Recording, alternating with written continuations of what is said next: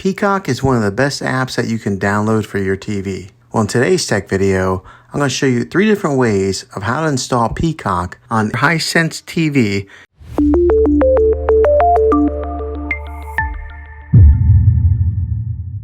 It can be really frustrating if you want to watch some of the great content that is on Peacock and you find that your TV is unable to download it. If your TV is an older model of smart TV, then it could prevent you from downloading this app.